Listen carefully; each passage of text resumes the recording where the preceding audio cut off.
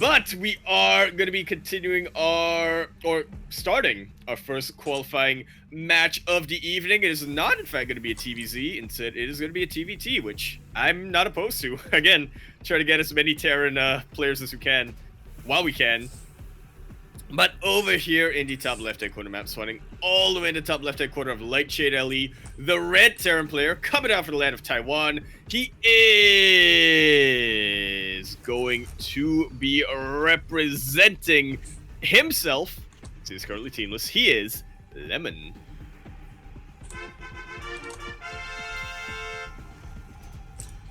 And spawning in the bottom right-hand corner, and also over on the left, we have the Taiwanese Terran player representing Clan Rush. It is Naxin.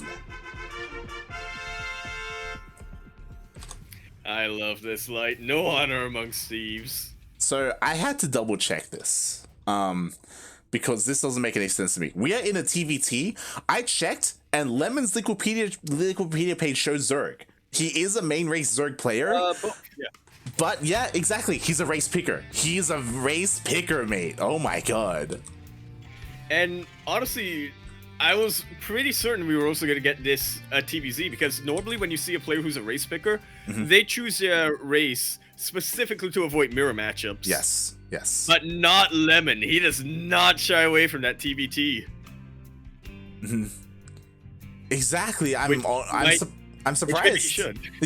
I'm honestly surprised, especially because I'm looking at his Wikipedia page, and it said that he started playing Terran to avoid ZVZ, but now it looks like maybe he is enjoying it, and maybe he's playing Terran in every matchup. I don't know. Oh, no. That's not a good sign. It's not a good sign. But yeah, very interesting choice. Meanwhile, Lemon, he did go for a scout across the map. He knows that there is a proxy out. He is starting his bunker, but is it too late? Oh, unfortunately, it should be only one Reaper right now. Thankfully, the factory is able to complete. A couple Hellions can really shut down proxy Reapers. We'll see who has the better control. For now, Lemon is winning the Reaper fight! Oh, Naxin can produce more Reapers. Yeah, I mean, Naxin, he was able to take down a couple of SCVs, but Lemon did take out a Reaper, so he does stem the tide for now. But as you were saying, now there are 3 Reapers. But there's a Hellion on the way, so I kind of want to give the advantage here to Lemon. Absolutely. Yeah. Naxin isn't too committed to this either. He knows the time has definitely come. He's just gonna look to see if he can be a little bit annoying with his final Reaper and his one barracks. Yeah. This transition is a lot more standard back home. Exactly. So Naxin, especially after losing that initial Reaper, he's like, okay, I cannot end the game here and now. I have to go back home. I have to get ready for plan B. But it is so late compared to his opponent. His CC is so far behind. The factory and the Admiral are already done for Lemon. Meanwhile, Naxin's is still finishing up. So he's in a really rough place. Is this game ending? There is a window here, I think, where Lemon straight up has an army supply advantage and can just, like right now, if he went across the map, I think he would just kill everything.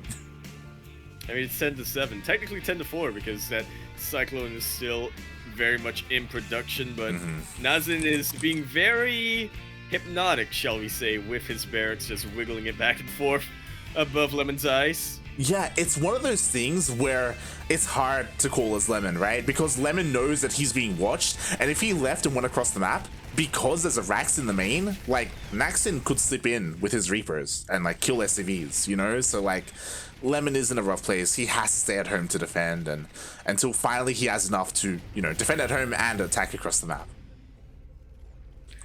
Yeah, if all Lemon knows, Naxin just kept the Reapers in position. He kept one of those barracks, still landed, and was continuing to produce Reapers, just waiting for Lemon to make one false move. Exactly. So yeah, it is a really a really tough call to make there if you are in Lemon's shoes. Meanwhile, he goes, he checks to see if the proxy is here, confirms that it's not. Now he can finally go across the map. But by this point, now Naxin has Cyclones to defend. He should be safe at home. Meanwhile, shout out to Zemi. You know, he's informing us in the chat, like, yo, Lemon, his Terran's gotten pretty good. Oh, okay. Good to hear. Oh, okay. I'm assuming in TVZ, but yeah, I'm guessing in TvT as well. I'm curious if he's gonna stick with Terran for this entire series, or if he's gonna switch in between games. Like that would be interesting. Yeah, just to really throw Naxin off balance. I'm trying to be a little bit annoying, but you know, he understands enough time has passed. He sees the cyclones coming out from Naxin. Can't get too much damage done. And Naxin is definitely caught up when it comes to teching up. Both players are at about the same stage of their tech and of their bases. Yeah. Thankfully, Naxin, Nazin, he got a faster 3rd CC, so he's pumping out workers 3 at a time, or should be pumping them out 3 at a time, so he can catch up, even though he was at a worker disparity for a long time. But this is what I'm a little bit concerned about, because Lemon is pushing out across the map. He has 2 Ravens. There's only one here for Naxin. Naxin does spot the army.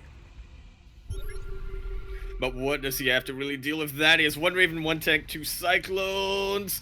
This is going to be such a tough ask. Oh my god, he unsieges, but Lemon doesn't take that opportunity. He does get up onto the high ground though, and again, 1 disable is all that Lemon needs. Which is why Naxin is really being threatening with Cyclones here. Has to be careful not to be too threatening, otherwise those tanks are going to be able to pick them off. Naxin knows there's no anti-air, or Lemon rather knows there's no anti-air. He's trying to throw down that disable. There's that disable. Beautiful, there it is. Meanwhile, the ring is pushed on forward. Order towers get thrown down for both players, but Naxin's barely survive at all, and Lemon just takes the fight handily, mate. Look at that. Yep, that is the power of siege tanks. The AoE, the range of them. Exactly, and Lemon, he cleans up the army, but enough time has passed for Naxin. He got 2 additional tanks out, but oh my god, the natural's about to fall. I do not see Naxin saving this, honestly lied. He comes to the SCV pool. But probably too little too late. Naxin just taps out. GG. Lemon takes game number 1. Wow. Really proving Demi's endorsement? I don't think that's the right word, but proving Demi's confidence. Yeah, honestly, that was a pretty strong showing. To be fair, Naxin did open up with some cheese that game, and it just he put himself behind there. Yeah, true. He got to a point where he almost caught up if Lemon just, you know, felt a little bit more passive for whatever reason. Could have definitely had a much longer, much closer game, but Lemon, he knew he had the army advantage. He knew just how far behind Naxin was for the longest time. Might as well take advantage of that. Yeah. Get ready for Lemon to maybe pull something a little bit cheesy off to return the favor to Naxin here as we load into game number 2, though. Yeah, I think that's important to point out, is that, again, this is the best of 5. It's going to be a much longer series here. There's plenty of room for cheese from either player, right? So could be Lemon's turn. I'm hoping it is. As we load into 2000's atmosphere, LE, and the only question on my mind right now is, what is my age again? Oh wait, you don't. No, that's never mind. What? Anyway, here at the top right-hand corner map, so to go all the way to the top right-hand corner, we have the red Terran player coming down from the land of Taiwan. He is going to be representing himself and also I am not reading that. He is Lemon.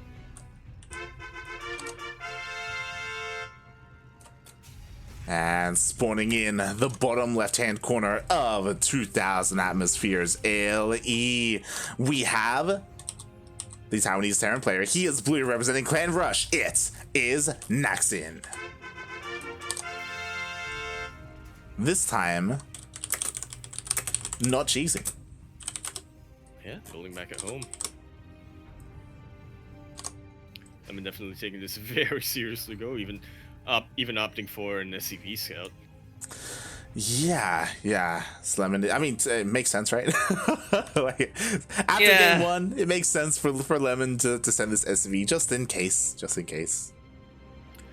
Yeah, and that SCV scout in game number 1 also kind of saved Lemon's hide. Or I guess in this case it's Rind? Question mark? His Zest? Zest? Yeah. Ugh. It's coming back to me. We had a Lemon and Zest discussion before while casting Yeah, we did. Oh, And God. that would be a 2v2 team. Fortunately, Zest is time is coming up for, well, I say that, but I feel like his time for military has been coming up for like 9 months now. It's one of Something those insane like that. He still doesn't have a date.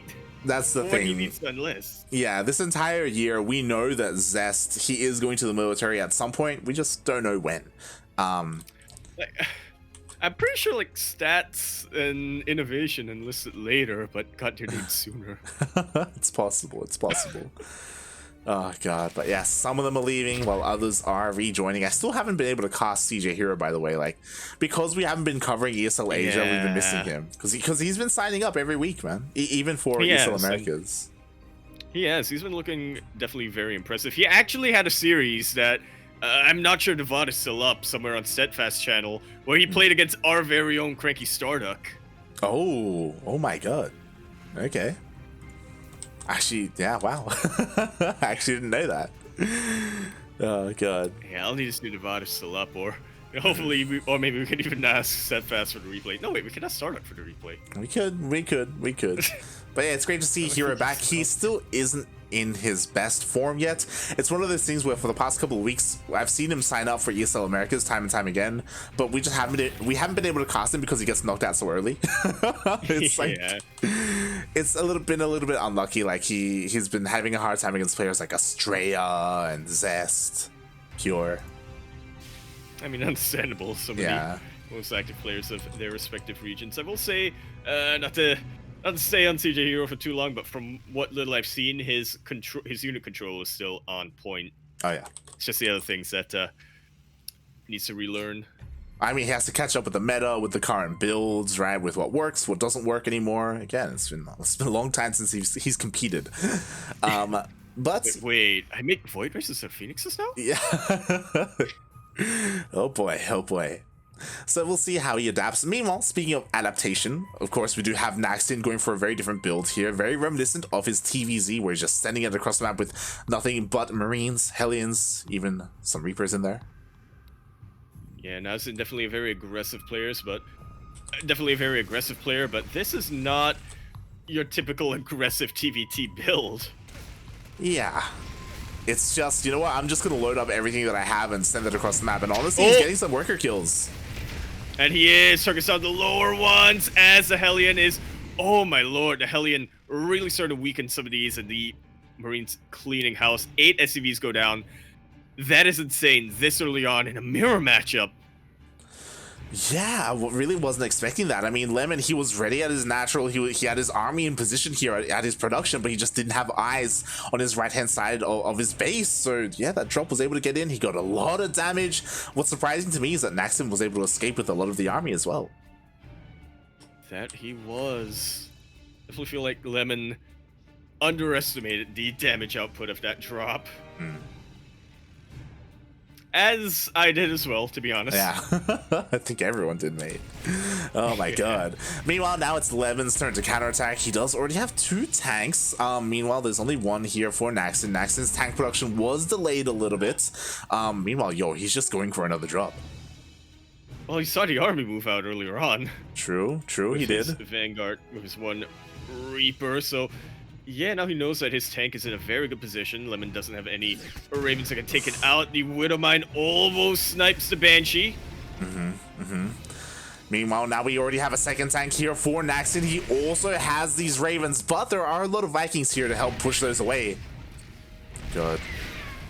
And they are providing a lot of high ground vision as well. That I didn't realize that tank siege up in that location would be able to hit the supply depot. Oh yeah, it's a very brutal position. At the same time, the drop did land here in the main base, but it looks like Lemon did have enough army here to push the drop away. For now, it does bounce between the mineral lines. At the same time, Lemon's pushing into the natural. Yeah, slowly but surely trying to leapfrog his tanks. Getting right at the position where Naxin doesn't have any tank siege up or covering the ground. Naxin has to be very careful. He needs to choose where to siege up his tanks. He only has 2. Yeah, exactly. Meanwhile, ooh, I apologize. I think we just missed it. Oh, never mind. I was I was worried that the Ravens were actually sniped, but it looks like the Ravens have been able to survive. There they are.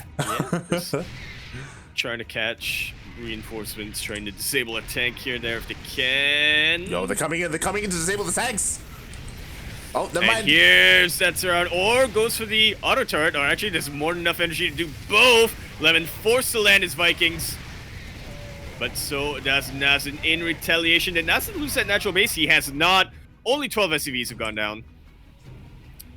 In the end, a much better trade for our blue Terran player. Yeah, I think what's important is that because of how that engagement happened, like Naxin, he keeps his Ravens alive. Now they're going to be ready for the next push. Lemon's coming back in, but I feel like this is overly ambitious. I don't know what he needs to accomplish here. He's trying to siege up the tanks, but there's no buffer for the tanks. One auto turret is really shredding through the mech units. Yeah.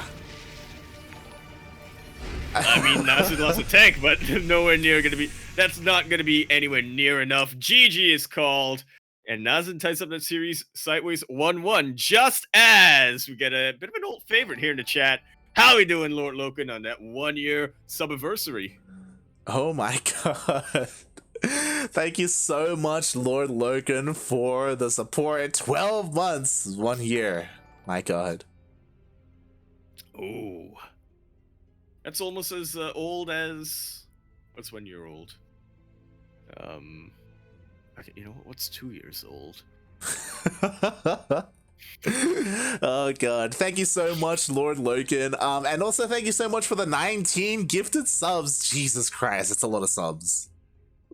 Ay, ay, ay. Definitely something I missed a little. Oh god, thank you for the support. Again, without Lord Loken, CranKy Ducklings wouldn't be where it is today, to be honest. Like, Lord Loken has been a very, very supportive fan, viewer. Yeah, both monetarily and also just always being around, putting up with our bad jokes and whatnot. Yeah. Actually, I actually have a question that might not be answerable because of NDAs. Do you think Lord Loken's gift subs like accelerated the plans for us to actually sign players? It did. It straight up did, mate. It straight up did. Oh god, but thank you so much. Yeah, just a little bit of background. That was something that we kind of discussed as a hypothetical that we had in the back burner as early as 2019, I want to say. But we knew that that wasn't too feasible for a long, long time. And then Lord Loken came in with all them gift subs. Yeah.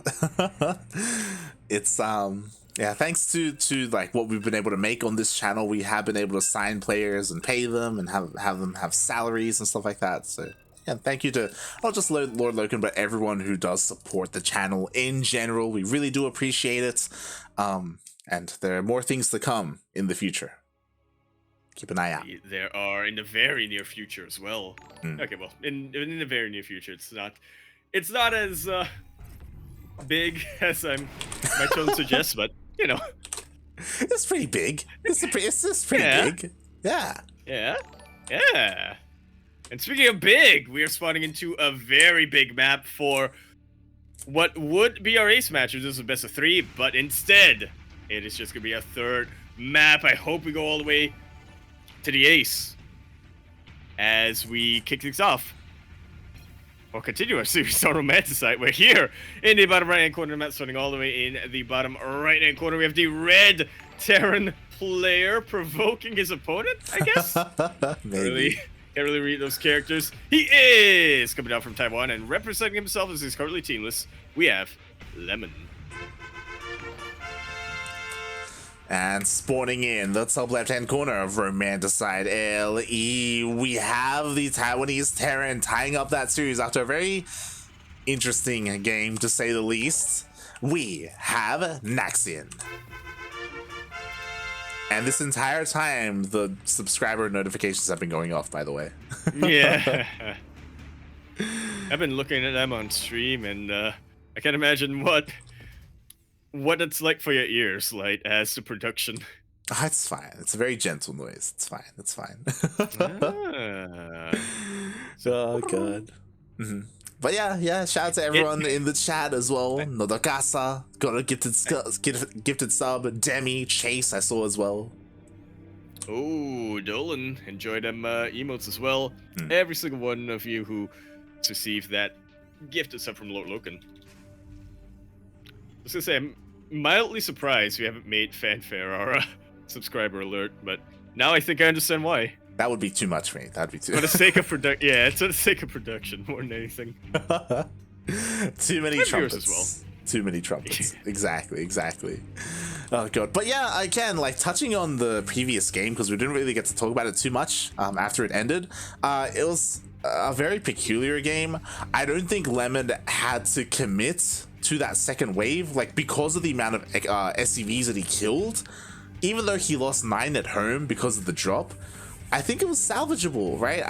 I'm not too sure. Maybe I wasn't looking at the production. Maybe he didn't intend to have the game progress, and he didn't intend to get a third base or something. But yeah, that second wave was unfortunate to say the least. Yeah, I definitely think it was salvageable at that point. But if you're in Lemon's shoes, you're probably thinking, "Oh my God, Naxin just took such a lead in the early game, and he is."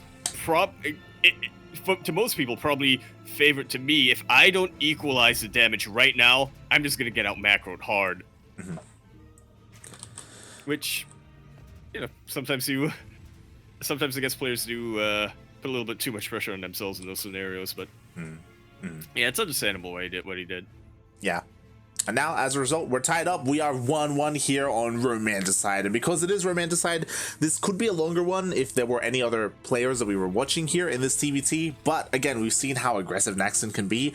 I don't know if these are the kind of players to slow things down into like a split map scenario on Romanticide. Lemon is getting a medevac and a tank light? Oh, yeah. Mate. All right, well, we might not have too much to fear then about this game going on for too long. Hopefully for Naxin, he's able to spread out his vision quite a bit, as that medevac's already making its way across the map. It is. He is sending everything across the map, mate. What is there to defend? There's a Cyclone. There is a Raven that's on the way. Unfortunately, because he prioritized that Cyclone, his tank is a little bit later than that of Lemon. So there's a lot of potential here for Lemon's drop. But again, Naxin just has to buy a little bit of time for the rest of his units to come out. Oh, there are already a couple of Marines in position that can really bleed these out, but Lemon decides not to go for the massive Doom drop. Instead, just go for a pretty good drop. Oh my god! Back! That medevac is so low! May the medevac survived, and it does provide high ground vision. The Raven dives on forward, does get an auto turret down on the tank, but the tank repositions and survives. For now, it survives! And Naxin's able to hold. Okay. Oh my. I thought that game was going to be over too quickly. Yeah, I kind of want him to like send a mule across the map to repair his tank and his medevac, not gonna lie. Oh god. God, he's playing with fire right now. He really is. I was gonna say, like, dropping a mule to repair this early on, probably not worth it, but he is committing somewhat, so he might as well. Yeah, okay. He unsieges. He does back off in the end. He knows that he can't really achieve too much more here, even though there isn't too much army to defend. A siege tank is huge in a defensive position, so Lemon does back off, and was that worth it? I mean, I guess it was, because he barely lost anything, to be fair. Well, I don't think he lost anything. That medevac's still alive. He lost, what, a Reaper and maybe a couple of Marines. The tank is still alive. Yeah, Lemon being able to keep everything, make sure that everything survived long enough, it's definitely worth it to just pressure your opponent a little. Definitely.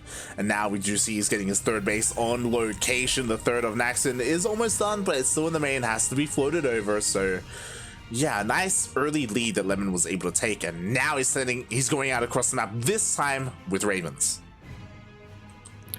Yeah, he's gonna have a lot more energy on them too, compared to Naxin's Ravens. They are completely gonna miss each other later.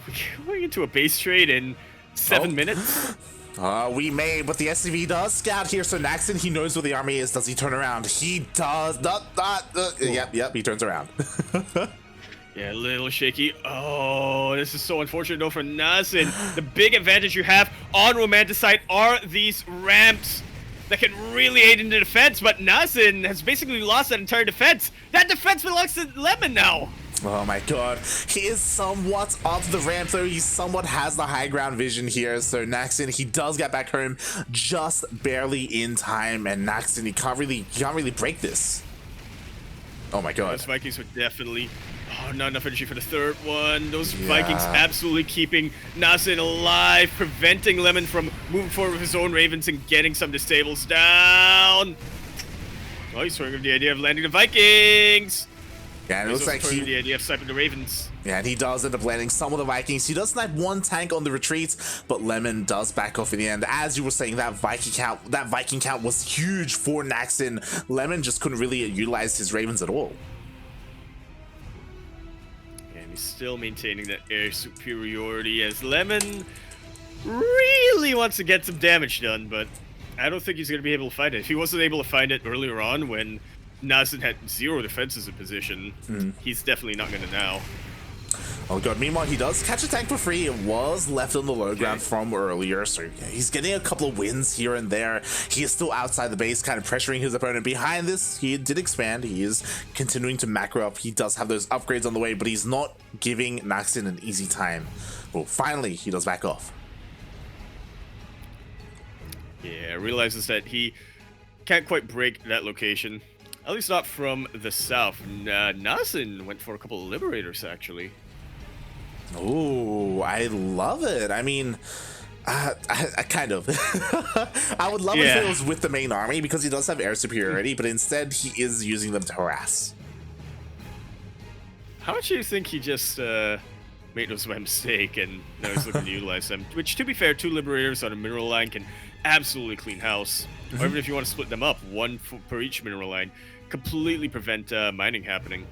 Yeah, I mean, the problem is that at the moment all the Vikings are across the map. They're not at home to defend, so these Liberators, they're not going to be easy to deal with. That they are not.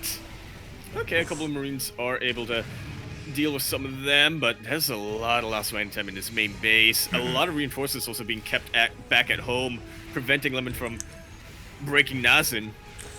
Yeah, exactly. All these tanks, all these Vikings, so Lemon couldn't break into the third base. Meanwhile, again, two Liberators for 7 SCVs and a bunch of lost mining time in the main base. Well worth it. Yeah. This was like a different matchup, then maybe not, but since it is a mirror, whatever you can do to really slow down your opponent's economy is always gonna put you at an advantage. Definitely, definitely. Meanwhile, again, the tank counts are getting higher and higher. We have 7 for each player. Naxin also has the Viking lead despite wasting or using some of that starport production time for Liberators. He still maintains that. Oh boy. And I was talking about how I don't see these 2 players going into a long one and slowing things down, but that's what's happening. Yeah, I mean, not by their choice. At least not by Lemon's choice. He's definitely been trying to find these little kinks in Naxin's armor that he can break. And Naxin as well, trying to go for a couple of timing attacks here and there. But it's TvT, you know, on a defensive map like Romanticide. You either need a very powerful force or find a very... You either need to have a very powerful force or find a massive gap in your opponent's defenses. Exactly, and these sensor towers really make it difficult to find that gap, right? Like, it's gonna, if Lemon wanted to go for a doom drop, I mean, maybe there's a slither of hope there, but there are missile turrets in the main base as well. He's gonna try and go for it. Yeah, if he times his medevac boost perfectly, but yeah, he's already utilized it. Naxin goes for the scan and confirms what's coming his way. Yeah, the Marines are routing towards the main base, and Lemon doesn't commit. At the same time, his main army is setting up to push into the 4th base, but Naxin keeps the majority of his tanks and Vikings here to defend. So Naxin, he wasn't like fooled into moving his entire army to defend against a drop. Yeah, you really gotta respect Lemon's commitment to trying to make something happen, you know? He's really saying, yeah, guys, I know it's TvT. I'll try to make it a little exciting for the viewers here.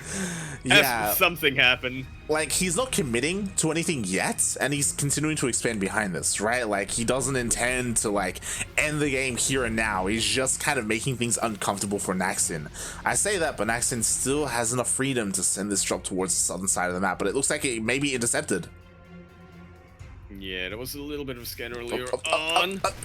Lemon does have an idea of this. Oof. We'll be able to swat that away for now. A lot of the Marines are still alive, and that medevac is on very low health, so Naxin will have to be careful, but there's an opportunity for him to get a little bit of damage. Yeah, that drop is kind of stuck here in the bottom left-hand side of the map. We'll have to be careful if he wants to utilize this later on. Again, one shot from a missile turret would even take it down, so yeah. He has to tread lightly there. Meanwhile, Naxin, he's getting ready to switch into Mass Raven. Meanwhile, Lemon, he's still got his starports on the way. Oh. Yep, as we call for a bit of a Oh god, Jim, is that you? Oh no. I don't think that was intentional. That wasn't intentional. Jim's done that before. I don't know. I don't think I was casting with you, but there was a moment where I saw the clip. Yeah, where Jim, he opens up the menu, instead of pressing pause, he presses surrender. Oh god. Yeah. Oh. Hotkeys, man. All right. Well, we're gonna have to resume for replay, right?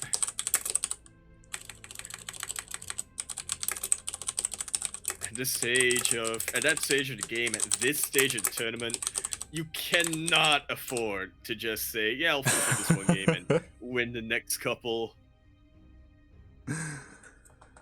Oh god. It might take a little bit of time, but bear with us as we all process what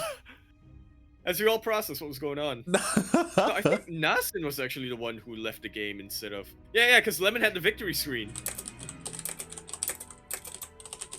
Yeah, Naxin was the one who left the game.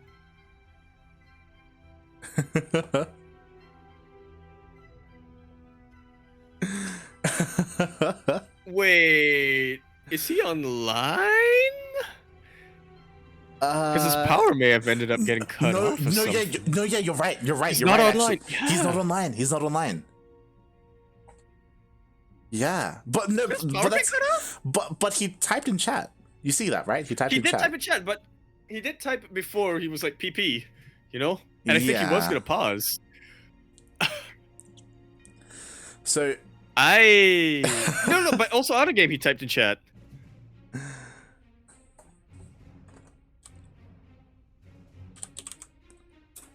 Yeah, so hopefully we're able to fix things. We should be recovering from replay. There we go. Naxin has come back online, so yeah. All right. That was so weird. Thankfully, like, he isn't being punished for that mistake. Yeah, it's been a weird night overall. Yeah. So just put the cherry on top. Do you have that clip, by the way? I kind of want to link that for the people in the chat. Oh, not on hand, but oh man, I have to look to find it. Because that is a great clip. Man, what was it called?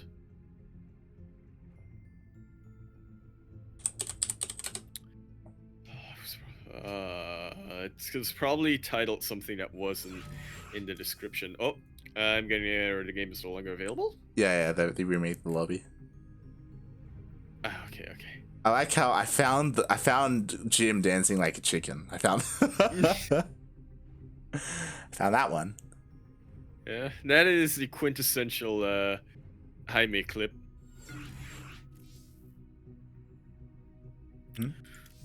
Well, mate Jim, as I continue to scroll up on the CranKy Ducklings Clips channel, which !Discord in the chat, you too can access. This is open to everybody who joins the server, not just subs. You too can just, look at clips that have been curated.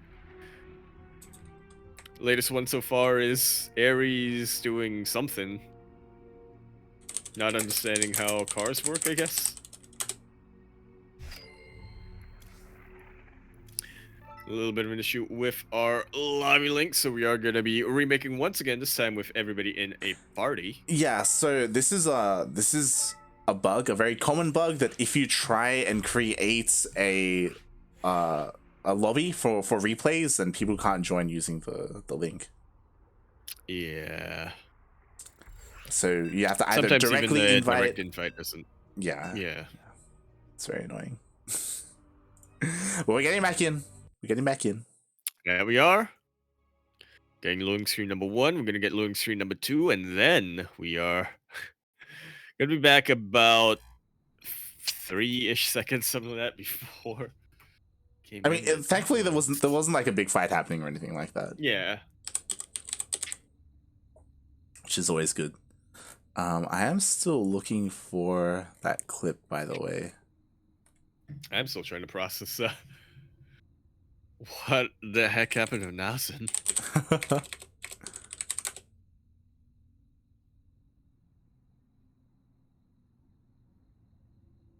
Oh boy, but yeah. I mean, hopefully, strengthen a bit. Yeah. Hopefully everything's okay, and we can just get back into the game. Group saves the day once more. Oh, did you link it?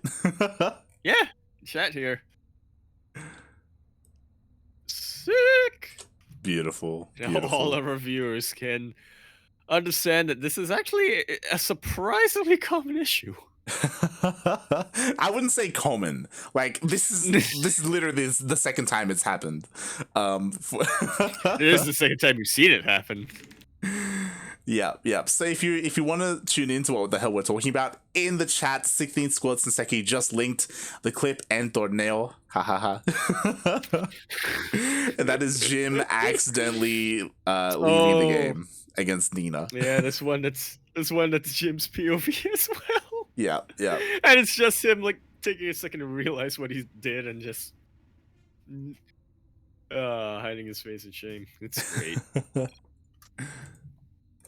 This is why he's my favorite Minecraft streamer. But we are back, and where were we? Where were we? Something about a pause coming down. Oh god, yeah. Okay. Here we go. So Lemon is outside the main base. Oh my god, he's committing in. He does get a nice anti-armor on the army. Yeah, unfortunately, he doesn't quite have the Viking cut to follow that through. Lemon's really trying his best to stretch Naxin's attention, and a lot of the tanks are on siege. The Vikings of Naxin aren't quite in position to provide him the high ground he needs. It's pretty important anti-armor disable rather, interference matrix, but again, just not quite the supplier division to really follow that up. Exactly. Meanwhile, I do apologize for the change in UI. It is because the UI is set to something else as a replay. Meanwhile, the main army, he tries to commit in, but he cannot take out that tank. He absolutely cannot either now that there's an anti-armor missile thrown down on the vast majority of his bio. Oof. But Lemon is snaking back and forth, coming around, trying to find even the smallest gaps in Naxin's armor, and here it is as he takes out this planetary fortress. Might be able to get the tanks as well. Anti-armor missile is going to put a stop to that, even if there isn't a buffer. So many anti-armor missiles. Now Lemon is about to be backed into a corner. Even disables the medivac so they cannot boost away, they cannot use any ability, and everything gets cleaned up here. At the same time, the tanks actually someone forward. Bold move, mate. There's nothing to protect these tanks. Absolutely zero buffer. Not even these Vikings can help. Naxin absolutely pulling ahead on every army metric, and he completely wipes this army in the blink of an eye. Saw Lemon lose 30 supply, and then another couple of seconds, he lost another 40. Naxin is eclipsing Lemon in supply. Lemon just plummeted, mate, as you were saying. Like, it was a nice move for Lemon to snipe the planetary, and I was hoping he would back off from there, but he committed into a fight. To be fair, he didn't want to fight. He was trying to escape with his Marines, and he was just kind of boxed in.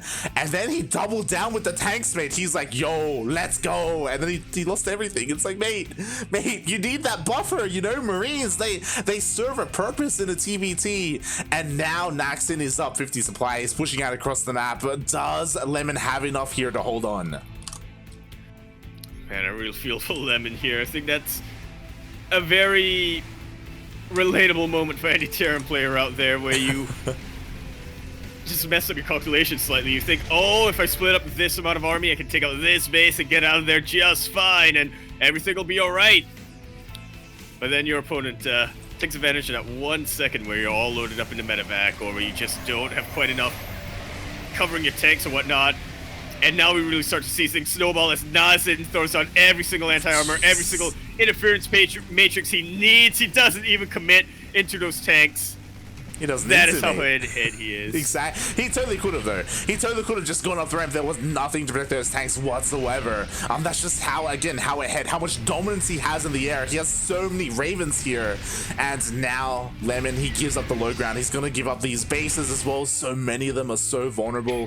He just can't keep up. He even has enough to split up his army, like. Oh god. Yep, and they are headed there towards the top right hand side of the map. Meanwhile, sure, there are a lot of Ravens here for Lemon, but where are the Vikings? That's what I'm wondering. Yeah, really not much of a buffer. He also lacks corporate reactors. Which means that he's sure he has a lot of fresh Ravens, but they do not start out with a lot of energy. Yeah, and there we go. Forces a cancel on the northern base here. Only one base here in between the two armies of Naxin. Enough time has passed, so, you know, Lemon, he's pumping out more and more Vikings. Like, he's getting a better count here. That was a pretty money anti-armor missile. Yeah.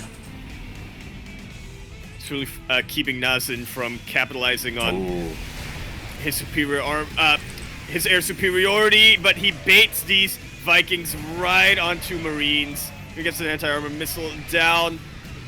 Thankfully, Lemon is able to clear out the tank count at the very least. Yeah, that was beautifully done there by Lemon. He forced all the Ravens back. Unfortunately, Naxin, he was running out of energy on all his Ravens, so he couldn't really do anything. And once he was forced back, all the tanks of Naxin were disabled, and Lemon finally took a fight.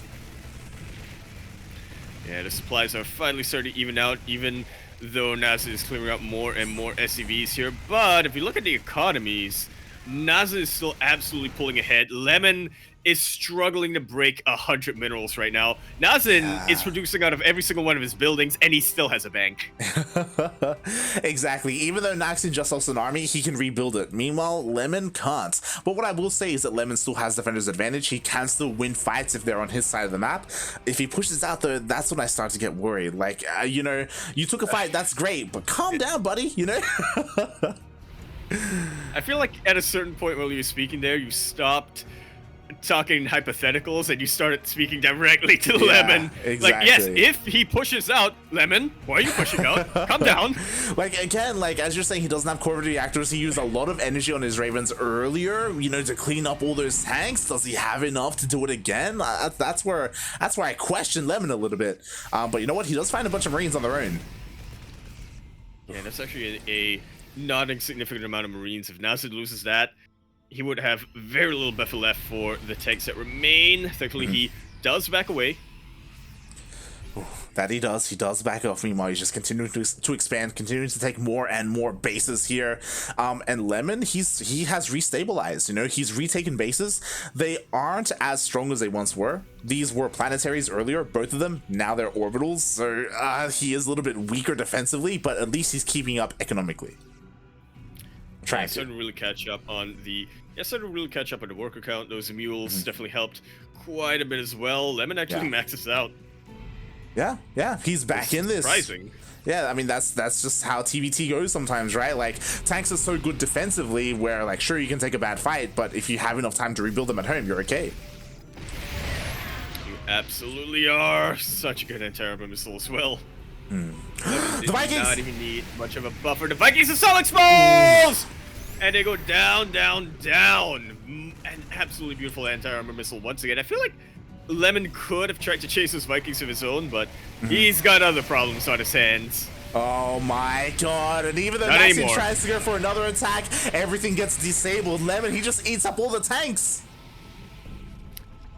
Wow. Mate, losing, what was that, 6 tanks? Like, that's huge. Lemon was on the brink of defeat not 7 minutes ago. Or maybe even shorter than that, just a couple of minutes ago. And now, he's running circles around Naxin. Exactly. Now Naxin, he's down when it comes to the tank count. He only has 4 compared to the 12 of Lemon. Now is go time. He has plenty of energy on his Ravens. Earlier, Naxin lost some Ravens as they were getting sniped. Oh my god, these anti-armor missiles.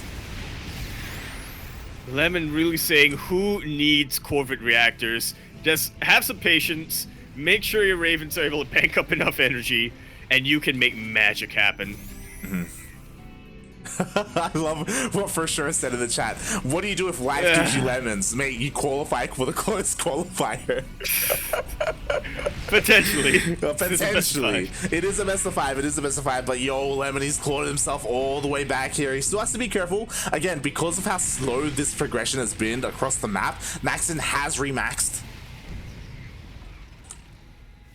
But he hasn't been making tanks, is what I noticed. He Oh, that's true. I was gonna say, you know, tanks very good defensive unit, and then I realized Naxin does have a lot of those. So he still only has 4. He hasn't made a single one. Meanwhile, once again, they do anti-missile each other. Really, it's gonna come down to the Ravens and how they. Oh my God, the Vikings or the Marines. As these Vikings start going down, these Marines are super over sim though, and I don't believe there are any medevacs here. Oh, mate, it's not about the Medimax, mate. It's all about the Sims, the Marines, the Vikings, and the Ravens. And Naxin, he just keeps like losing Vikings. They just keep getting caught out of position, and because of that, the Ravens of Lemon are just so much more deadly. Indeed, they are. Gonna be able to take out this base. Mate. Part of me is hoping that Naxin is hoping for Lemon to utilize his orbital command to mule out the that mineral wall. Mates, What a once beautiful again, surround coming down from Naxin. yeah, well, so many of those Ravens went down. Sure, these Marines were able to get a nice angle, but like Lemon, he just maintains air superiority. Another wave of Vikings shows up. Man, that was one of the best fights Naxin could have really gotten, but towards the end there, just lost one too many Marines. The reinforcements are here for Lemon, and Naxin is starting to get very, very desperate. He does have quite a bit of money. He just doesn't have the production. He doesn't. He really doesn't. And he knows that. He sends his Marines across the map, goes for a run-by, actual run-by with Marines as they ran across the map. They are going to deal some damage, but what this means is that means that there are less Marines here to protect the army of Naxin, to protect the Vikings, the Ravens. Yeah, I wanted to say to protect the tanks, and then I noticed how few tanks Naxin actually had. Decent anti-armor missiles. And letting the Vikings does help quite a bit. We're starting to lose that buffer. Oh, God. Doesn't matter in the end, though. Everything is dying left and right. Both sides of the aisle. Everything is dying. Boys were pulled. 23 SCVs went down. At the same time, Lemon actually defended at home. That's where his reinforcements were. He wasn't reinforcing his army. He was defending against that Marine run by earlier, and now here he is once again. I like the art. Like, they did trade relatively evenly, but I still want to give the edge to Lemon. But if he gives Naxin time, like, hey, he can just rebuild what he lost. Uh-oh. And he absolutely can. Notice how Naxin has not lost a single base since This is true. or he has only lost 2 bases throughout this entire game. He has been on a higher base count than Lemon for the majority of this game. I like this a lot from Lemon, though. He knows he has the air superiority, so might as well get a couple of Liberators out. I also have to say, Liberators, that's a game changer, mate. Like, that changes everything here. Now Lemon can start aggressively pushing into these tank lines without the Ravens, instead just with pure Lib. I don't know about this, though. You know, don't want to be throwing away tanks. Oh. Yeah, definitely not. I mean, how many times have we just said tanks are the most valuable unit you have here in the TvT, aside from maybe Ravens and Vikings? But turns out that was a bait. Yeah, that was just a bait, mate. Here come the Liberators. They are able to take down one tank almost a second. Jesus Christ, they have so much damage. And just like that, Lemon cuts him off from that lower base. Meanwhile, at the same time, another Marine run by. I don't think I can even keep up with the amount of deaths in this game. Like, Mate. very good pickups on the tanks. Yeah. And he just keeps going, distracting the army. At the same time, now this force here from Lemon is looking a little bit weaker, right? It's a little bit vulnerable, and in comes Naxin. Yeah, it's definitely very surprising that he pulled as many Vikings as he did. Lemon, I mean. Yeah. Completely leaving those liberators defenseless, and once those were dealt with, the tanks were quick to follow. I don't want to call him out, but I'm pretty sure he did all army hotkey. So the siege unit stayed, and everything else went back home to defend. And that just changed. And that just changes everything. Like now we have a role reversal where Lemon literally has one tank on the map. I would say a role reversal, but this is kind of familiar territories. About 20 minutes ago, this game is giving me the biggest of whiplash. I cannot keep up with the numbers of the number of losses getting higher and higher and higher. But I think Lemon has finally pulled ahead, army-wise. He has. There are defensive tanks though at home though, so I don't know if he can keep pushing on forward. He does have energy on his Raven, so he can try and disable. There is an opportunity here for him to maintain this momentum. Otherwise, Naxin can just defend once again, and we can just keep going. Oh, and to think that from the opening, we thought this was going to be a pretty short game. Oh my god, they just keep going back and forth. The other thing is that they just keep getting into bad positions, both of them, right, where the other player can take advantage of them. Like Naxin taking a big fight and then overextending. Same can be said for Lemon overextending from time to time as well. And yeah, as you were saying, we've reached a point where literally every single base on the map has been taken. Man, I was not exactly expecting this based on how the start of the game happened. Exactly. Based on what happened at the start of the game, but yeah, it's that Terran Bloodlust, I guess, or that TvT Bloodlust, I suppose, where you see a bit of an opening and you're like, oh, I can put an end to this TvT. We don't have to be staring at siege lines anymore. And they're like, nope, I miscalculated. Just a bit. Meanwhile, oh my god. The northern front of Lemon is looking a little bit weak. It does get cleaned up, but he is continuing to siege up this bottom left-hand base. Maybe he can do something about it, but he only has 2 tanks here. That's the problem. This is like the backbone of his army. And it's hard to call. I don't know if Lemon should be pushing it, especially when he's under the influence of anti-armor missile. Yeah, he tried to pull an anti-armor missile off his own, but really underestimated how long that would take for the Raven to pull it off. Taking a lot of losses in the sky. As Naxin maxes out. Yeah.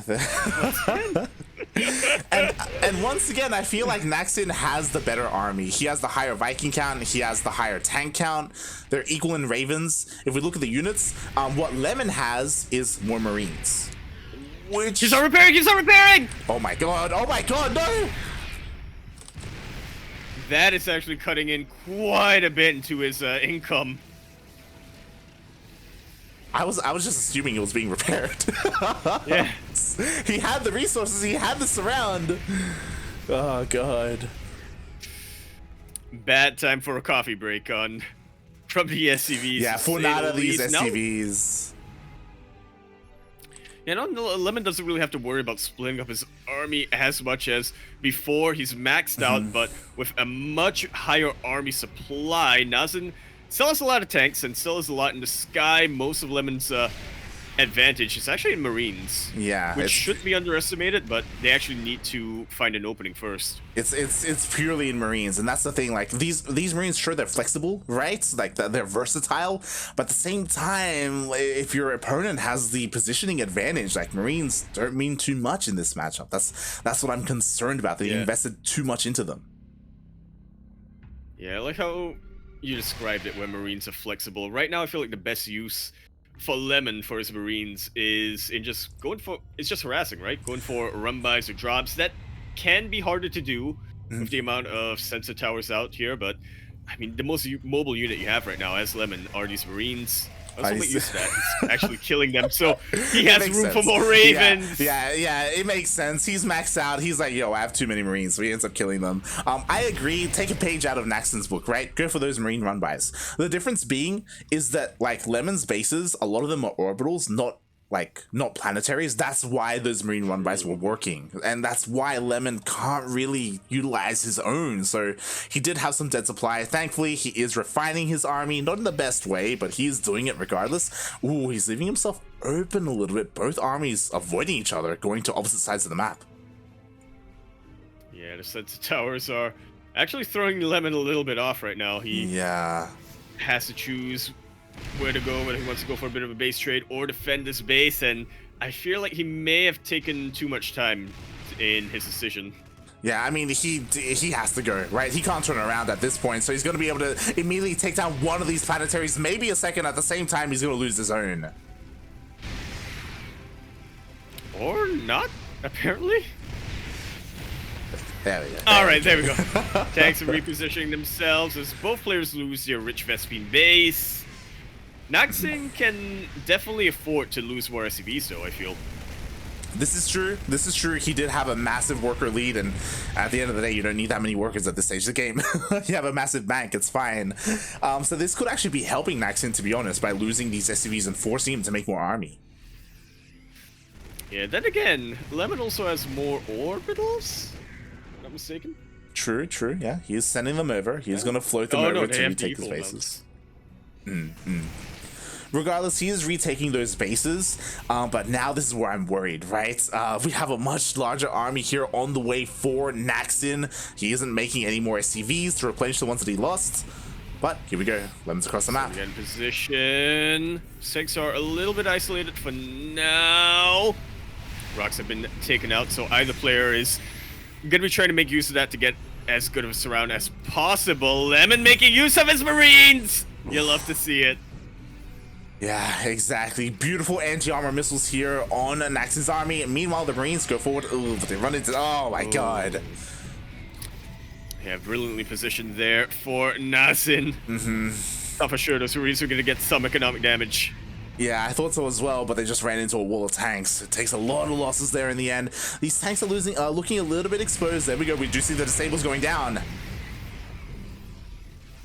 Yeah, but unfortunately not quite enough Marines to really follow that up. Naxin is setting up for a bit of surround. He wants to pincer this army. He wants to take out those tanks and deal with the bio. But he can't quite find that opening, especially not when these anti-armor missiles keep getting thrown down. Marines!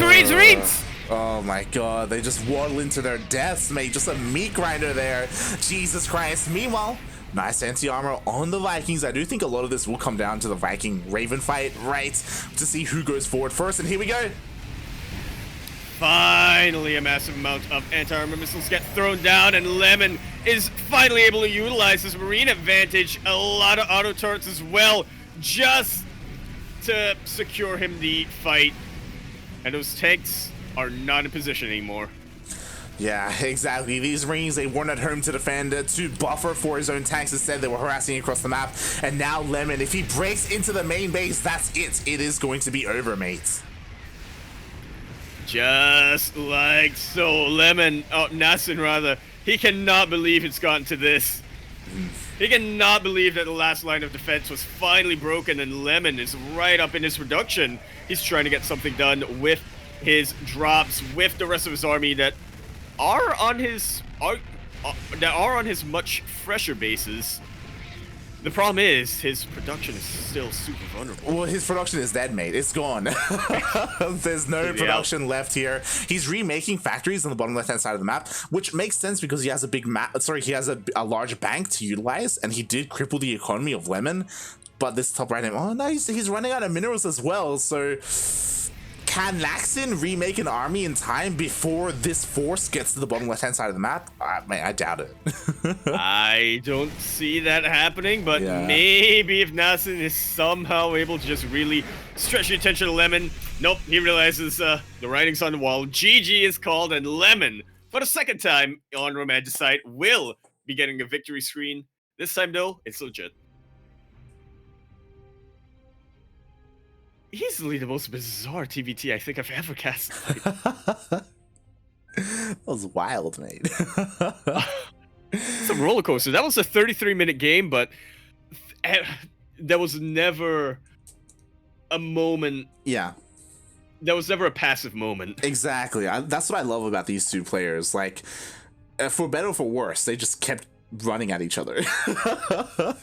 They were incredibly aggressive, even though it was a long game where they were in a split map scenario. They were just trying to find each other's angles, forcing like engagements whenever they could, and in the end Lemon came out on top. But as you said, and as Soundo is pointing out in the chat, this is the best of 5, not a best of 3, so we still have at least one more game. That we do. And it's going to be on a much different map this time. As I actually scroll up to try to remember whether or not it's Blackburn. I believe Blackburn might be the ace match. Oh, yeah, no, Blackburn is the ace match, so we're actually getting into a bit of a similar map to Romandicite. It's Oxide. Yeah, interesting. So it isn't going to be as large, but it is still more of a standard map, so we could end up in a similar scenario once again. Yeah, definitely a lot of ramps to take advantage of with tanks and whatnot. Could have a little bit of a stalemate as both players throw bodies towards a meat grinder. But at the same time, just because of how compact Oxide is, there's also a lot less room for mistakes, I guess, is the right word to use. But you cannot afford to leave even the slightest gap in your defense. Yeah. Counterattacks hit so much faster, right? As I'm sure you were about to say, how Romanticide is a lot larger, right? So it can be a little bit more forgiving when you lose an engagement, which we saw multiple times from both players. So yeah, this is going to be a little bit different here. I would love for this series to go all the way to the ace match. So personally, I'm hoping out, I'm holding out here for Naxin, but we'll see. Yeah, my brain wants that to happen. Stomach does not. I love what Sinistro get out of here, said. Sinistro. Well, I guess that answers for sure's question. The puns just keep coming, mate. Oh god. But here we go, getting into game number 4. As you said, it is going to be on Oxide, but it looks like the players have made the lobby and they are ready to go, mate. Indeed, they are. So after the super fretful 30-minute TvT, I have a feeling that at least one of our players is gonna try to get a bit of a quick victory here. Whether or not they'll get it, to be determined, but at least one of them should try. Yeah, we'll see. Also, I did want to give a quick shout out for the people in the chat, for the people watching right now who may not know.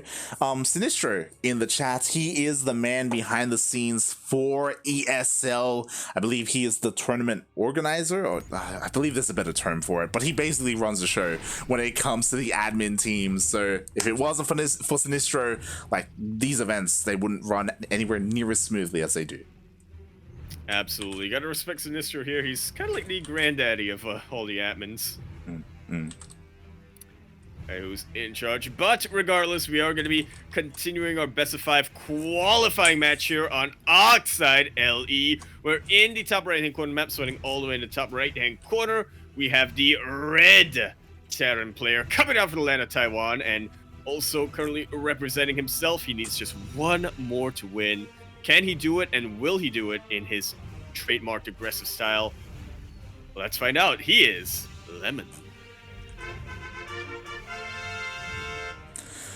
And spawning in the bottom left-hand corner of Oxide LE, we have the Taiwanese Terran player representing Clan Rush. He needs to win this game to take it to the ace match, otherwise he is done for today's qualifier. It is Naxin.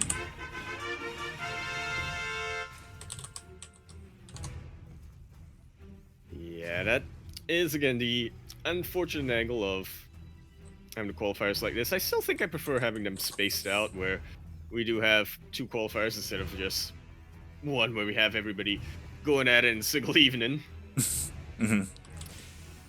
But again, just being able to qualify in the first day puts you at so much ease. Yeah, it just takes a massive weight off your shoulders, right? You don't have to stress out about it, and then you can kind of rest easy until the closed qualifiers on the weekend.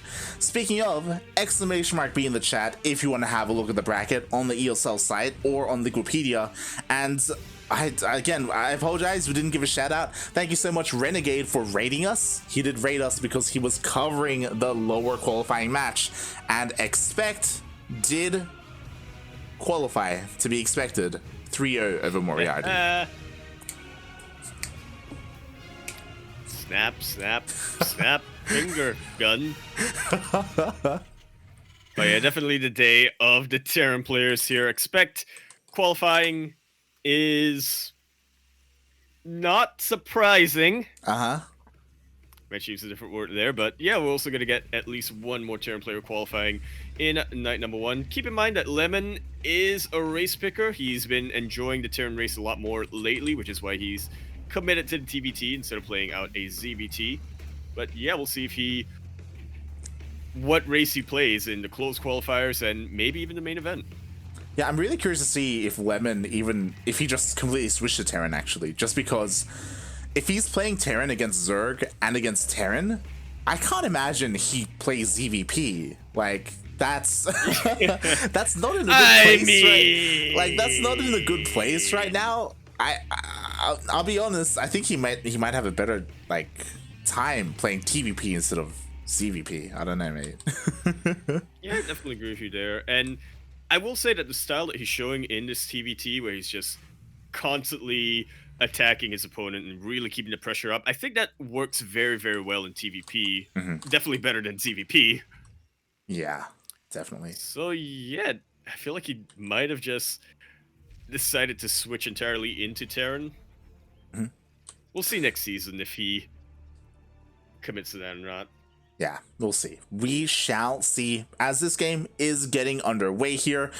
This time we do see a bit of a Hellion drop on the way from Naxin as he boosts across the map. At the same time, once again, this is the second time we've seen this from Lemon. He's going across the map with his initial tank and a couple of Marines. Only catching it just as Naxin moves in. Hellions are going to get a lot. There's nothing defending back at home. 2 Reapers and a Hellion. What is that going to do against 4 Hellions? The SCVs are lighting up. Mate. The Reapers distracting the Hellions. Oh my god, so many SCVs are going down, but they're going to get cleaned up at the same time. The tank actually went straight into the main base, but he gets targeted by the Cyclone. The boys. Oh my god. Both the tank and the medevac might have gone down there. So crucial to keep that Cyclone alive. Man, that could be it. Like 10 workers went down. Lemon hasn't achieved anything. Like both his medevac and his tank are almost dead at this point. Here comes the auto turret to clean either of them up from this Raven. There it is. The tank is going to get focused down. So does the medevac. Getting some massive deja vu here. Very similar thing happened on 2000 Atmospheres quite a while ago, but yeah, Lemon is trying to hang on here. He doesn't want to hinge his qualifying chances on the ace match. Yeah. I'm not gonna lie, there's not a lot I see him doing from this position onwards. I mean, he's down in work. Macro Naxin and that's the problem about a mirror matchup, right? Like the only way he gets back into this is if he kills this drop with minimal losses, and it's possible. Like he has a Cyclone in position. If Naxin isn't paying attention, if he loses, oh no, never mind. He is paying attention. He does see the Cyclone. He does back off with his drop. And what do you really do from Lemon's position here on out? Again, it's hard to out-macro your opponent in a mirror matchup, as you said, because they have the exact same economic tools as you have. He has to find some kind of opening, find some kind of damage to be done, but he just doesn't have the army supply to do so. I'm not sure if he's aware of it, though, but Naxin is still on 2 bases for now. Yeah, that's the thing, and I'm just, oh my god. Meanwhile, he tried to go for the drop, but he was disabled, but it looks like the drop will survive, and that's what's important. And you do one of two things if you're Lemon, right? You either try and be ultra aggressive and like force some good engagements and maybe come out ahead that way, or you just be super greedy, right? It's one or the other. You can't play normal or standard from here. Yeah, and the lack of map control or scouting is really hurting Lemon right now. Mhm. If he knew that Naxin was planning to go for an attack, he could have just gone very defensive and tried to outproduce SCVs with his 3 orbitals, but he didn't know about that. Now he's trying to move out because for all he knows, he does get spotted. Ooh, did you see that? Knows that that's the majority of Lemon's army. Yeah, we're gonna end up in a base trade. Naxin, he considered turning around, but he decided to just keep going, and now he's just sending it across the map. Meanwhile, what does he have to defend? He evacuates his natural. Lift the oh, but that's a money interference matrix. Tech was super vulnerable. There is still another tech siege up in the back, and it's actually clearing out so many Marines who are on the other side of the map. Naxin is already in Lemon's face. GG. Massive contrast to that game on Romantic side, and you know what that means, Light? We're getting Blackburn. Wow. GG, well played again. Lemon sustained a lot of damage early on, you know, in his own base and across the map, so it was just a really rough place to come back from, and we saw that he just couldn't do it in the end.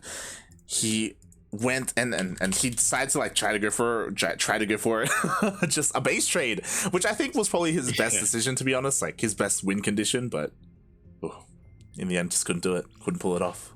Yeah. I mean, the chances of that working from that position, insanely low, but at the same time, it was somehow his best bet of winning the game, and now I'm sure this is a position Lemon did not want to be in whatsoever. It hinges on just one final map, basically a best of one. Yeah. We forget all the other games that happened before this.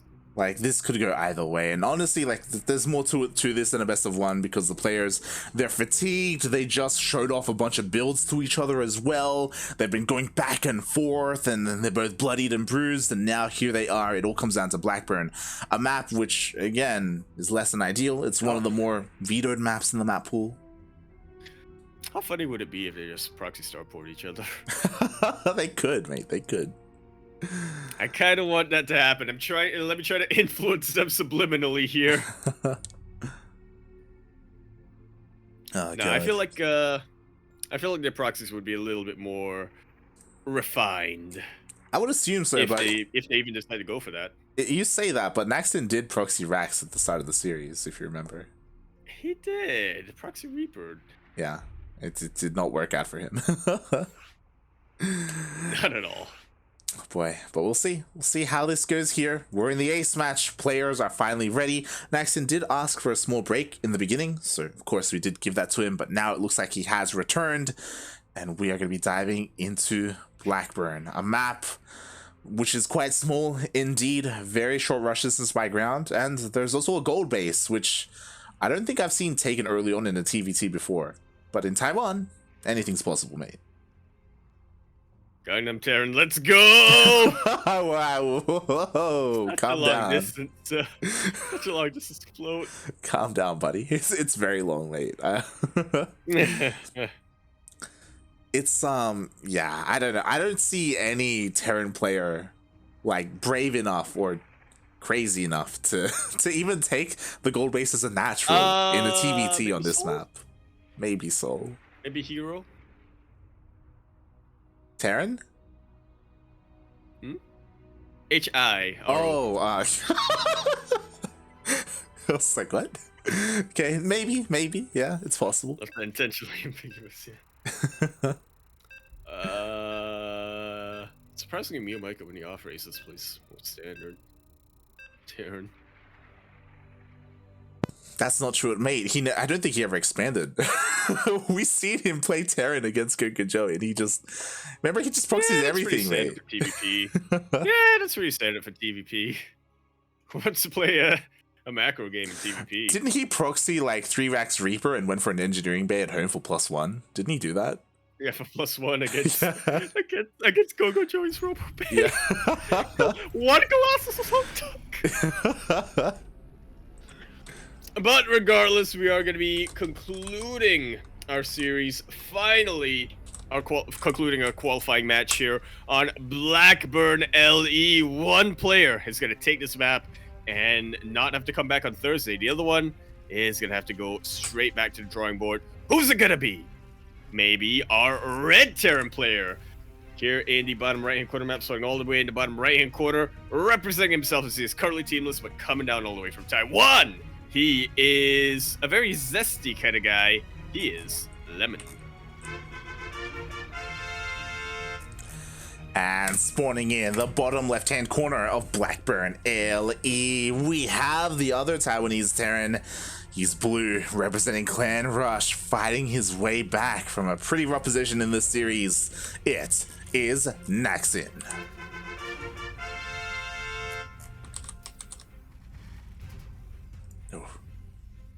Oh boy. Mate, jacket's off, mate. I did not realize you could see me. Oh god. I was gonna say the shirt's off, but no, not quite. No, it's too cold here for that. It's too cold. Yeah, I left my aircon on specifically so I could wear this jacket. I cannot take it off right now. Unless I turn off my aircon, which I'll do you probably could. I'll do after the broadcast. God damn it, yeah. Yeah, I'll do it after the broadcast. Just shaking my head. To be fair, we haven't had a lot of downtime, so like, you know, we have kind of been going like from game to game to game, so you had the best opportunity to do so. Yeah, and even in game, you know, never a dull moment. Never a dull moment, mate. Never. Oh boy. And I'm honestly surprised because speaking of dull, we have no proxy out on the map. Boo. Let's just tie up this map and restart. Let's go. I mean, Lemon's looking. He's double checking, making sure there's nothing crazy going on. He does shoot first as well with his Reaper, as he does get across the map. Both players opening up pretty standard, right? Racks into factory. No one going for a fast CC or anything like that. Yeah, good old double gas, double Reaper into single factory. See which player is quicker on getting their starport and which player decides to go for a third base quicker. Exactly, as they both get their naturals, still waiting for said starports. And honestly, I wouldn't be opposed to Lemon going for his builds that he's shown off twice now, where he kind of gets a tank, he gets a medevac and just zooms across the map, especially on a map like this, where the rush distance is quite small, but we see that he's making a cyclone. Yeah, this is definitely the most effective map to pull off that build, but at the same time, Naxin, he's got to be aware of that. At least in the back of his mind, he will be keeping eyes towards that side of his main base. Yeah, I would hope so. I would hope so. Yeah, he's not doing that right now. Yeah, because this ramp can be definitely abused by tanks on the low ground. It can be a very awkward position. Meanwhile, Naxin, he just cleaned up both of the Reapers, so now he has the freedom to go across the map, but there is a Cyclone ready and waiting. And it will lock on. Just a couple of seconds in the slow zone actually really help the Cyclone by some time. The Reaper's getting a decent amount of damage, meanwhile the Hellions down in the natural base. We'll get a little bit of damage done as well. Naxin, very good eyes on the main base, and also a little bit of SCVs for his troubles. Yeah, not bad at all, especially because Hellions, like, they kind of become worthless as time goes on, right? You want to achieve something with them, so getting some SCV kills like that, not bad damage at all. Just kind of trade blow for blow because Lemon did lose his Reapers earlier, getting 2 SCVs, so yeah, decent damage. To say the least. As we progress into our mid-game, again, very TvT things are happening. Ravens are coming out, tanks are being built. Both players will eventually start getting their barracks upgrades. Well, yeah, they will. They're continuing to produce Marines. I was gonna say, yeah, you know, they might just surprise us and go mech, but that would be insane on Blackburn. if someone decided to go mech, that'd be crazy. I wouldn't like it, but but that would be a weird twist to this series if it did end with one of these guys going mech. As you were saying, there's still plenty of Marines out on the map. You know, we will most likely see biotank, which is what we've seen every single game in this series. Yeah, which is definitely very effective, especially for the aggressive styles both our players are going for. Do need to be a lot more passive, a lot more patient for mech. Yeah, that's not for everyone. It definitely ain't for me, I can tell you that. Yeah. Meanwhile, we do have a third base, but nice denial. Yep, as he does snipe that SCV with the Cyclone and the Hellions. And he does also spot the move out. Again, quite a strong push coming out here from Lemon.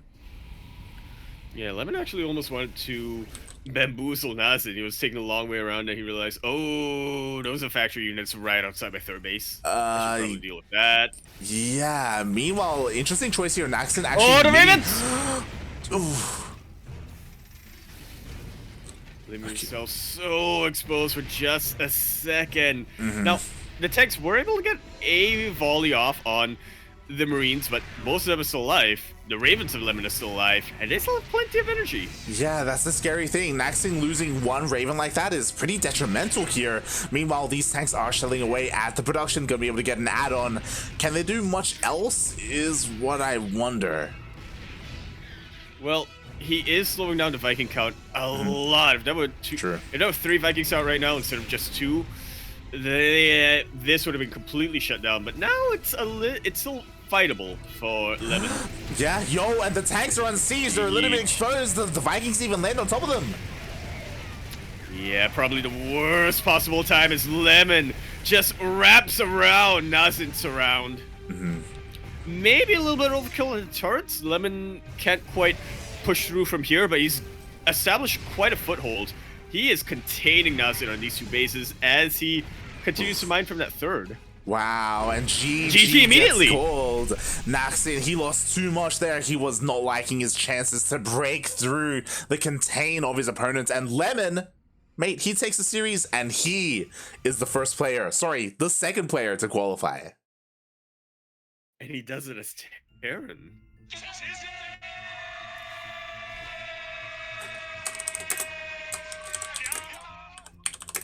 Wow, definitely not the player who was favored going into this, I think. I think most people are expecting Naxin to be slightly favored, but especially in that Romanticide game, Lemon showed off what he was capable of. His sheer understanding of the Terran race and the TvT matchup, definitely well-deserved.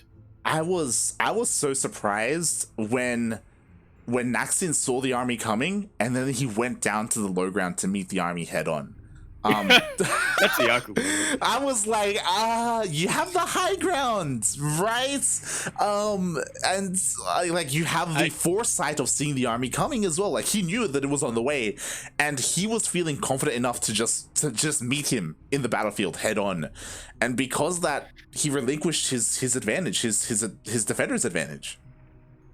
Yeah, I think you could definitely see a little bit of fatigue setting in from Naxin there, affecting his decision making a little bit. When you start making decisions that Yaku would make, that I would make, yeah, that's when you can tell that something's wrong. To be fair, maybe he could have done that if he hadn't lost that Raven early on. If you remember, like as the fight started, he lost the Raven, and that means he has less auto turrets, he has less disables for these big fights. And ever since that moment, it did feel like his army was just a little bit weaker.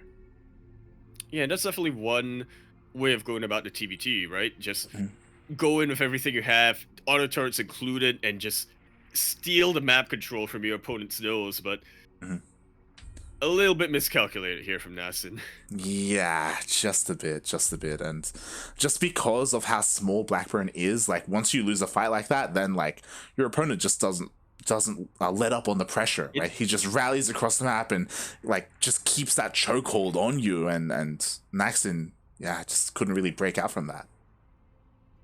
Yeah, so instead, he broke his neck. Not sure where I was going with that. But to reiterate, Lemon is going to be our second player qualifying. It is the night of the Terran players. Naxin, I'm very excited to see him once again on Thursday. Plenty of potential there. Such a close series. Again, exclamation mark be in the chat if you want to have a look at the brackets and the run of these players. Congratulations again to our 2 quote-unquote Terran players. I say quote-unquote because, again, Lemon does pick races. He does switch between Zerg and Terran. It is still a little bit unconfirmed whether he has completely switched over to Terran, and now he does that in every matchup. We'll have to wait and see when he goes up against a Protoss player.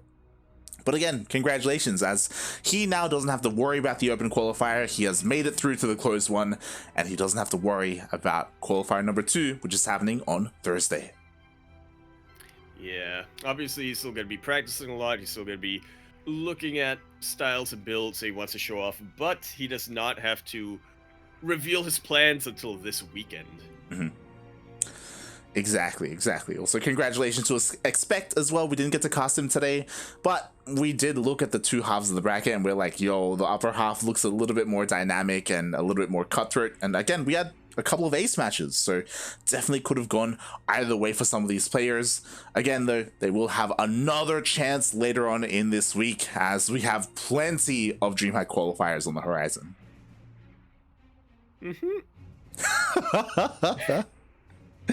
Why don't you tell us a little bit about that, buddy?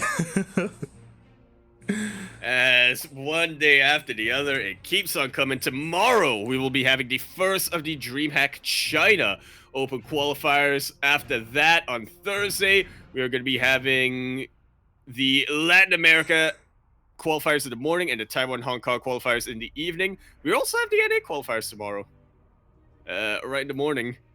Yes. And then on Friday, we have more NA, we have OCE for the first time, then we have more China. It's one packed week. Yeah, I'm sure that the TL calendar will be updated eventually with all these qualifiers. But as you touched on, the next qualifier we have is in just over 8 hours. 8 hours and 10 minutes is the very first NA qualifier. I will be there as soon as I end the stream. I'm going to go to bed. Wake up in the morning for DreamHack North America. I will most likely be joined by Ducklings there, and we will cast the qualifiers together.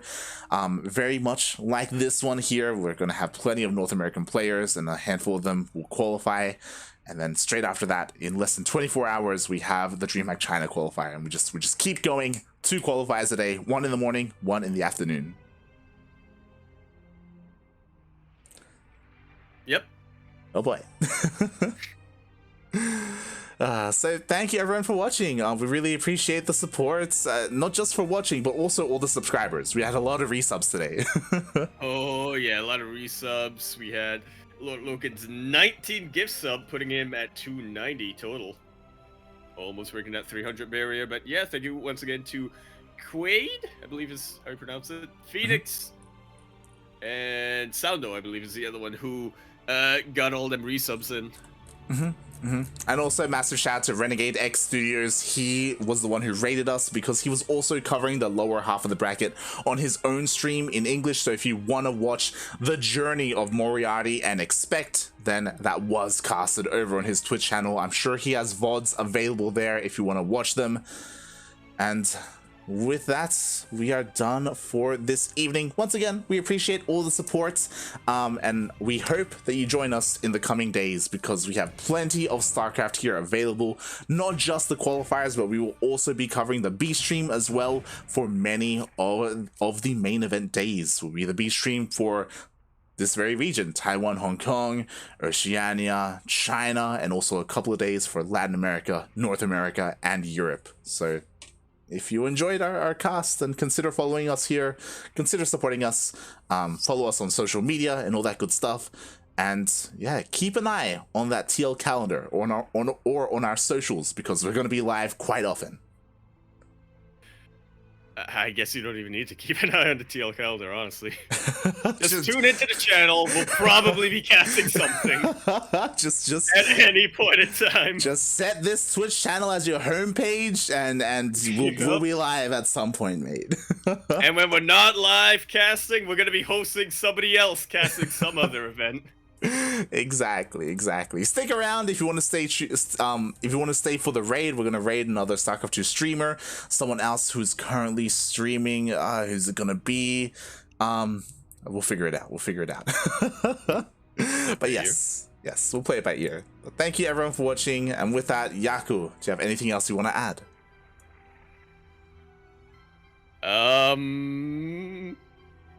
This is not a. I'm not gonna lie, I was tempted to ask people to write my script for me, but no. Just, keep your energy together, grab some hot sixes. There's a lot of StarCraft in the weeks ahead. and we'll be there with you. Mm-hmm.